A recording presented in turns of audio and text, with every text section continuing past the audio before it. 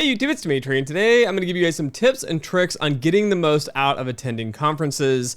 I tend to go to quantitative finance conferences because I work in quantitative finance.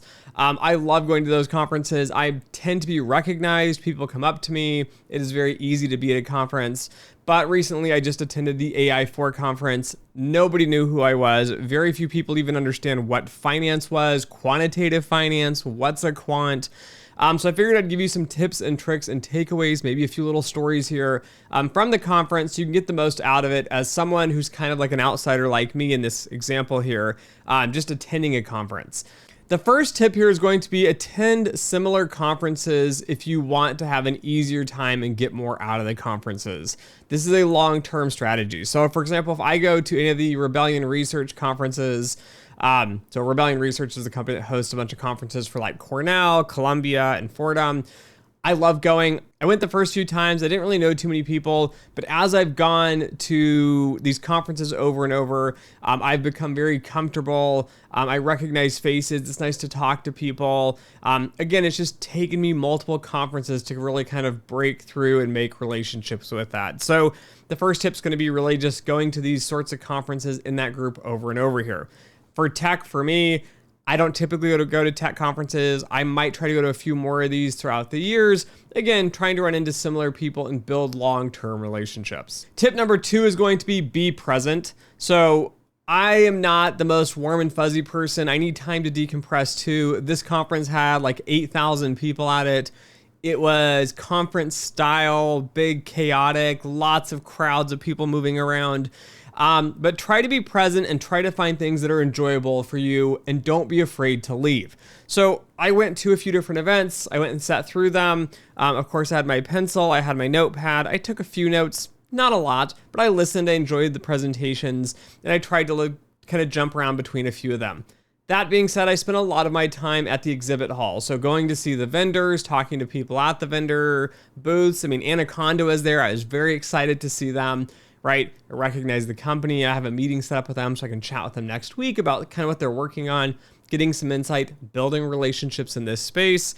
And the other part is there's like a speaker lounge. There's like a happy hour for drinks. There was a dinner that I was invited to.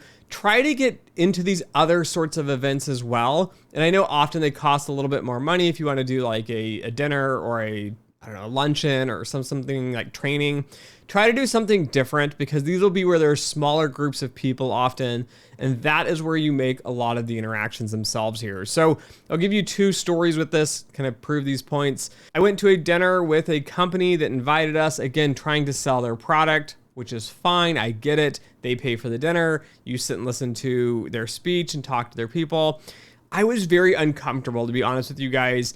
I just don't work in tech. I don't talk tech. I have not very much interest in the tech industry in itself.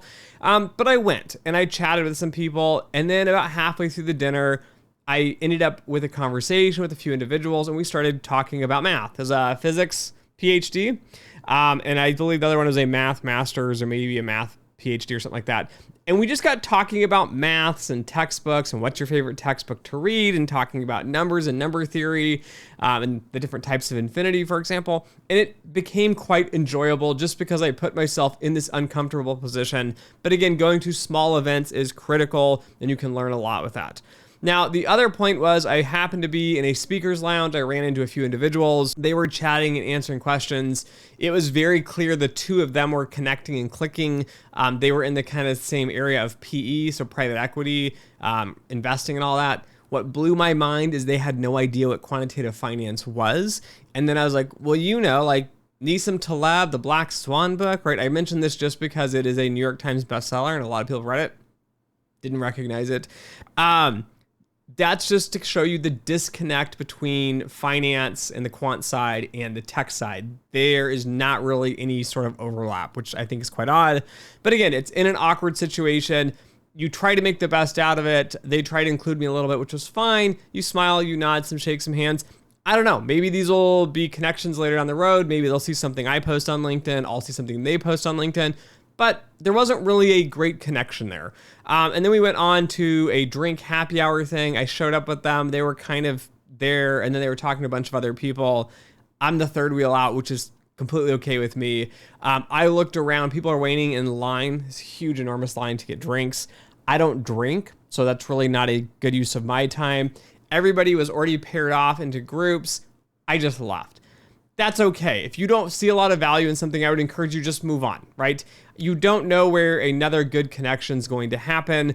And that's what I mean by, try to pick different events, try to kind of move around. If you're not feeling it, you're not comfortable, you're not clicking, it's good like the dinner. I put myself in somewhat of a more uncomfortable position, new people, new experiences. But again, I can handle small groups. When it's chaotic and it's big and it's large, I don't see a lot of value in this. I'm not going to meet people. I'm not the person that's going to, come up there and have a drink in my hand or something and be like, hey, I love tech and I'm a tech bro. Let me tell you all about our project and, let me sell you on this market we have. That's just not me. I'm not really that outgoing and kind of intense and, in that personality here. So don't be afraid to kind of walk away, go find something else to do. And then finally, the third tip here is going to play into this, which is just find new groups of people and put yourself in different positions. So kind of tied to that second one. A lot of times I would be grabbing lunch or something and I would look around the room and there might have been a few people I recognized I'd talked to before, but I'd already kind of made an introduction with them. I would look and see other tables and go, there's maybe 2 or 3 people at a table. Go and sit down with someone new, right? I know it's not the most comfortable thing, at least not for me, but I'd go down and say, do you mind if I sit here? Or, hey, I'm Dimitri, and then I'd kind of sit down and put my lunch in, nice to meet you guys. And then I'd start to kind of eat lunch and kind of gauge the field a little bit. Luckily, there were a few tables that I had done that with that were very chatty. Or like, hey, what do you do? And what do you work on? And they were very interested in what I did. I was very interested in what they did. We chatted back and forth. It's a win. That being said, I can tell you there were tables I sat at throughout the conference, probably 10, 15 other times. I sat down and it was just awkward and nobody was talking. And even if you're like, hey, how's it going? Do you mind if I sit? And they said, yeah, it's fine. You sit down, and then dead silence. It's okay. I want you guys to have that takeaway of you want to make a few good contacts at the conference. Again, I didn't have anyone. I was like, oh man, we're best friends. And this is going to be a great synergy and it's really going to connect. No. But in the end of the day, it's great to kind of get around, meet some new people, do some interactions, get some takeaways from that.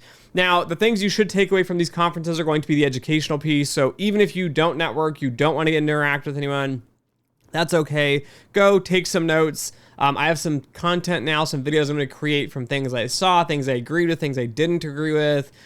Interested to see where people are sitting. Maybe you learn something new. Again, the learning piece is going to be the main thing you probably should be getting out of the conference. The second thing you can get out of a conference is going to be the networking contacts. Again, I will tell you, almost any conference I go to and I meet people, we connect on LinkedIn, and that's it. That's where it stops. There's nothing else. But at the end of the day, it might be 6 months, a year out. Sometimes those connections turn into something of value. It's a business lead. It's a job opportunity. It's a guest for my podcast, something like that. There tends to be something in the long run, but don't focus too much on it. Just make a few contacts. And then the third one's going to be products. So I hate vendor products. I hate talking about people, about their products. I don't like it.